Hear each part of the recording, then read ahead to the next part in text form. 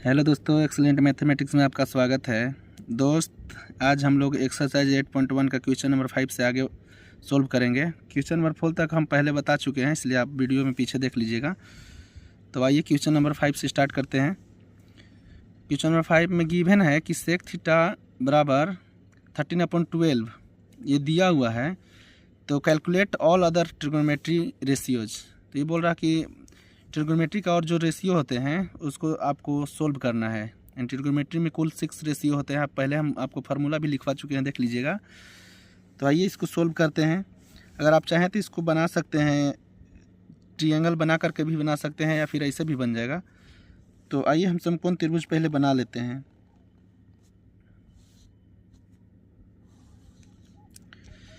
यह नाम दे दीजिए ए बी सी। ये 19 डिग्री का है जो दिया है दोस्त। हम इसको लिख लेते हैं, इसके बाद सॉल्यूशन करेंगे। गिवन दैट दिया हुआ कि सेक थीटा बराबर दिया है 13/12। अब इसमें दोस्त आपको ध्यान देना है कि कौन कोई डिनोट नहीं किया हुआ है। तो ये हो जाएगा परपेंडिकुलर, हाइपोटेनियस, और ये हो जाएगा बेस। सेक थीटा बराबर आपको मालूम है कि कर्ण बटा में आधार होता है।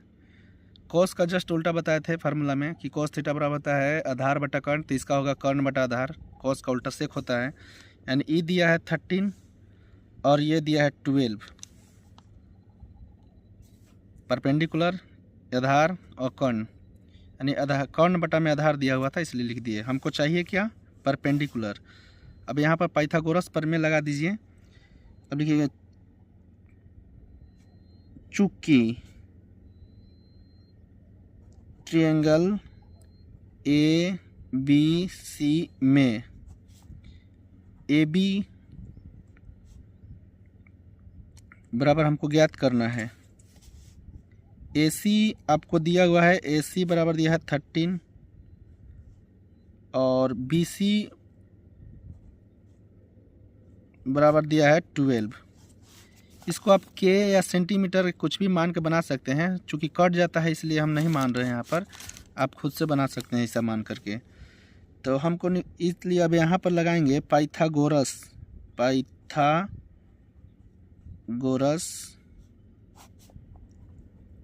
प्रमेय से।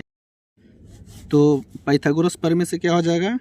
पाइथागोरस प्रमेय में आपको पता है कि यहाँ पर देखिए परपेंडिकुलर ए बी हो गया बी सी, यानी पाइथागोरस प्रमेय होता है कर्ण का स्क्वायर। कर्ण है यहाँ पर ए सी का स्क्वायर बराबर लंब का स्क्वायर ए बी स्क्वायर और प्लस हो जाएगा यहाँ पर आधार B C square.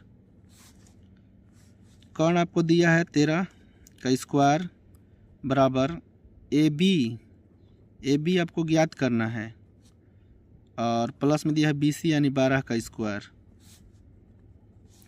A B यहाँ पर है, तो ए बी यहाँ पर जस्ट के तस ए बी स्क्वायर बराबर हो जाएगा 13 का स्क्वायर, इधर आएगा तो हो जाएगा -12 यानी स्क्वायर। अब इसको हल कर दिए। 13 का स्क्वायर आता है 169 -144। इसको घटा दिया आ जाएगा 25। इसलिए हमको चाहिए क्या? A B. यह जगह ए बी बराबर 25 का अंडर रूट बराबर 5 आएगा। यानी आपको परपेंडिकुलर कितना आ गया? 5। ये बोल रहा है कि ऑल अदर ट्रिग्नोमेट्रिक रेशियो आपको फाइंड करना है। तो साइन थीटा पहला होगा। साइन थीटा बराबर होता है, आप यहाँ पर फार्मूला हम आपको बता दे रहे हैं, लंब बटा कर्ण यानी परपेंडिकुलर अपन एच यानी हाइपोटेनियस। परपेंडिकुलर कितना है? अभी आया है 5 और एच दिया है 13 यानी 5/13। इसी तरह से ही पहला था, इसी तरह से दूसरा निकाल लीजिए। कॉस थीटा बराबर होता है आधार बटा कर्ण यानी बेस बटा एच हो जाएगा। बेस दिया हुआ है यहाँ पर देख लीजिए 12 यानी 12 कर्ण दिया 13। इसी प्रकार निकालिए तीसरा टेन थीटा। टेन थीटा बराबर होता है P/B। P दिया हुआ है 5 और B दिया है 12।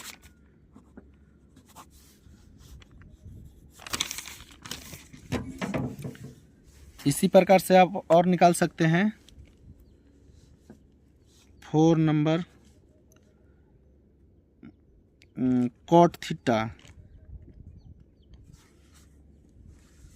कॉट थीटा बराबर होता है जस्ट होता है 10 का अपोजिट, यानी बेस बट अपॉन हो जाएगा परपेंडिकुलर।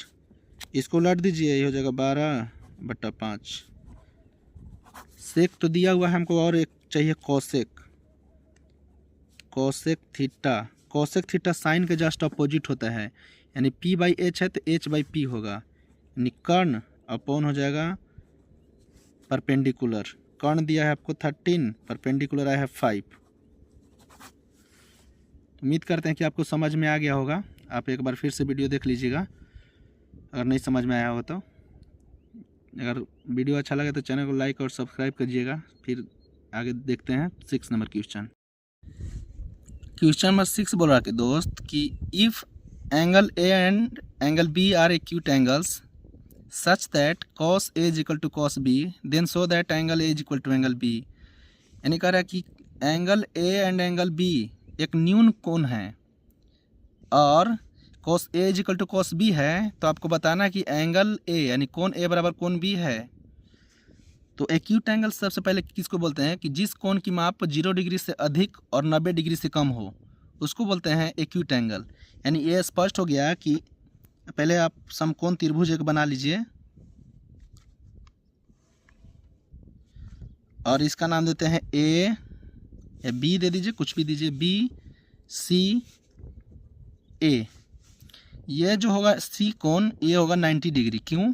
क्योंकि बोल दिया पहले कि एंगल ए और एंगल बी एक्यूट एंगल है। एक्यूट एंगल 90 डिग्री से हमेशा कम होता है। अब आइए सॉल्यूशन करते हैं इसको मान लेते हैं। माना त्रिभुज ABC में, यानी समकोण त्रिभुज ABC में राइट ट्रायंगल ABC में कोण C is equals to 90 degree. कोण C बराबर 90 डिग्री है और चूंकि ये दे रखा है कि cos A बराबर cos B, इसको फर्स्ट समीकरण इक्वेशन मान लेते हैं। Now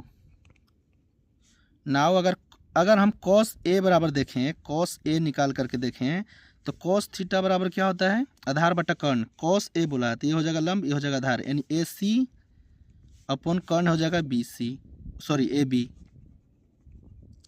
AB and cos B अगर निकाल कर देखें तो cos B यानी इसका भी cos B के सामने हो जाएगा लंब, ये हो जाएगा आधार, यानी BC अपॉन AB।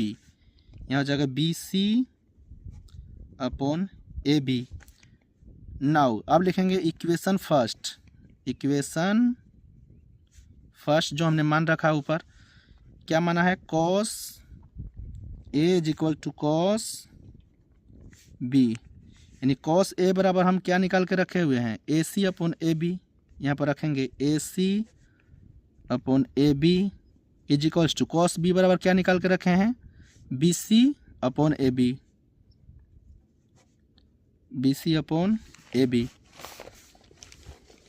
अब यहाँ पर देखिए AB से AB कट गया मेरे पास, इसलिए क्या बचेगा? AC is equal to BC, यानी AC बराबर BC है। देखिए AC अब बराबर आया BC, यानी इस भुजा के बराबर भुजा आ गया। तो जब दो भुजा आपस में बराबर होते हैं तो उसके सामने वाले कोण भी आपस में बराबर हो जाते हैं, यानी कि दो इक्वल साइड्स अगर हैं तो सामने वाले जो कोण होगा वो भी आपस में क्या होंगे?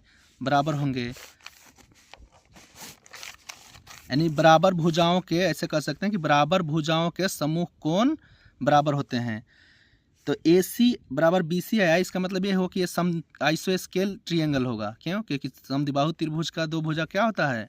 बराबर। तो इसलिए लिखेंगे चूंकि त्रिभुज ABC इज अ आइसोस्केल ट्रिएंगल, ट्रिएंगल इसको समद्विबाहु त्रिभुज बोलते हैं, यानी त्रिभुज ABC एक आइसोस्केल ट्रिएंगल हो गया। इसलिए कोण A इज इक्वल्स टू कोण B। क्यों? क्योंकि बराबर भुजाओं की, लिख सकते हैं बराबर भुजाओं की, बराबर भुजाओं की सम्मुख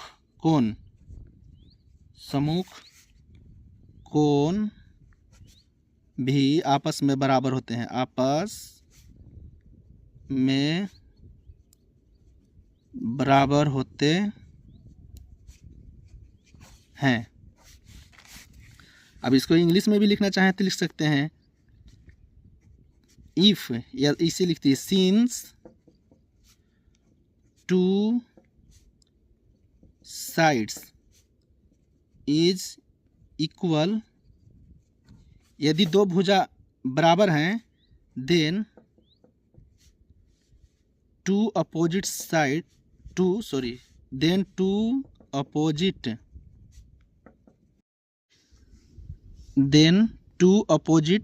एंगल इज आल्सो इक्वल, यानी यदि दो भुजा आपस में बराबर हैं तो उसका सम्मुख कोण क्या होगा, आपस में बराबर होगा। तो दोस्त उम्मीद करते हैं कि आपको वीडियो समझ में आया होगा।